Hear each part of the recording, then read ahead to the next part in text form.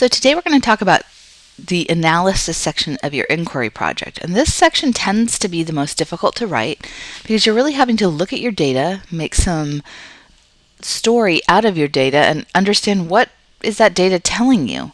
You also have to understand the limitations of your data and recognize those. So there's a lot to the analysis process that requires you to do a lot of thinking about the numbers you're seeing. And that is what analysis is all about. So let's look at this. So let's talk about what your analysis should include. I'm going to go paragraph by paragraph on this because I think it will make it easiest for you to put together an analysis that makes sense for this project. For this project, the analysis should be 3 paragraphs long. In the first paragraph, you need to restate the hypothesis. I'm not saying word for word. The concept here is that you are introducing what you originally proposed. Because you have to remember that from the time of your background and then you say your hypothesis, there's a lot of information in there till we come back to the analysis. So for the reader's sake, and for the sake of just good storytelling, you need to make sure that you are keeping the reader informed of what is this goal we're going for. So finding a way to reword the hypothesis you made and what you were testing is key, because that'll make this whole section make a lot more sense. Next, you're going to state how your data actually addresses the hypothesis. So you're going to pick out specific numbers within your data. It can be from the data table, it can be from the graph itself. Either way, make sure that you're specific on what you are referring to, whether it's the graph or the table, and say, hey, in the graph you can see this trend where when there was more C stars, the number of mussels decreased dramatically.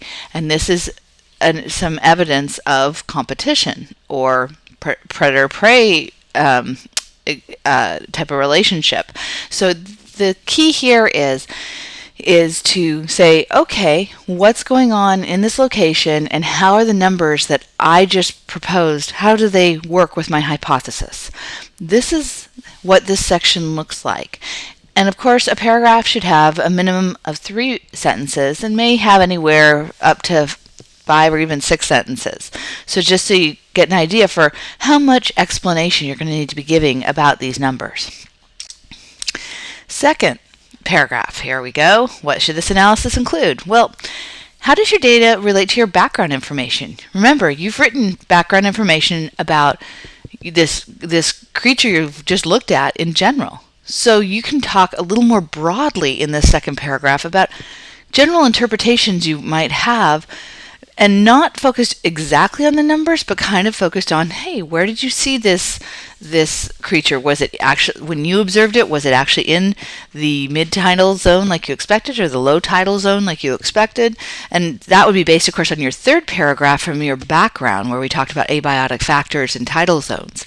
So you can give a little more background about where you found these creatures, what type of interactions you think you might have seen, kind of a more qualitative, if you will, analysis. You're interpreting your data a little bit, but not over-interpreting. You can't tell an entire story based on what we gathered in one day, but you can you saw some patterns probably of where your creature was found, or your plant. So make sure you just give some background on that. You can, in this paragraph, also use references. This is a really good paragraph to say, this author said I would find this crab crawling in tide pools in the actual low tidal zone, and indeed that's where I found it. You can use that information from references to support things that you actually observed. So if you put references into your last bit here in the analysis, this second paragraph is a pretty key spot to do that in. And I would encourage it because it gives you a lot more to say about your topic. The last paragraph we're going to have in paragraph 3 is talking about limitations to what you're able to say based on your collections, difficulties you had in collecting data. Some of you had a hard time finding maybe an adult version of your creature, or you didn't find your creature, or the two creatures you thought might be together, like a plant and a nudibranch. You never found the nudibranch, and so it's like, okay, that's fine. But what alterations did you have to make based on just the conditions you were given? So this is where you describe all of those adjustments you made in your research question, how you approach things.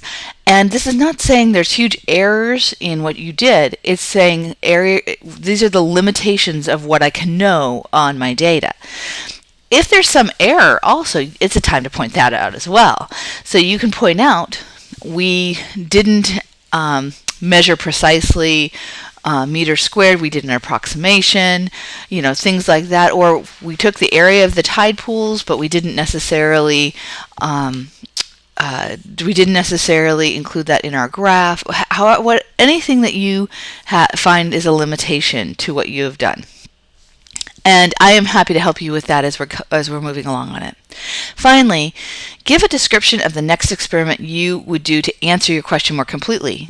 If you saw that there were some limitations, and now you've been out to the field site, you can understand, okay, if I were to do this all again, how would I do it differently? Propose a specific experiment that would better get at your question. There's no harm in doing this. It's actually acknowledging, hey, I went into this with limited information, but now I really know what I'm doing, and this is how I would do it in the next time.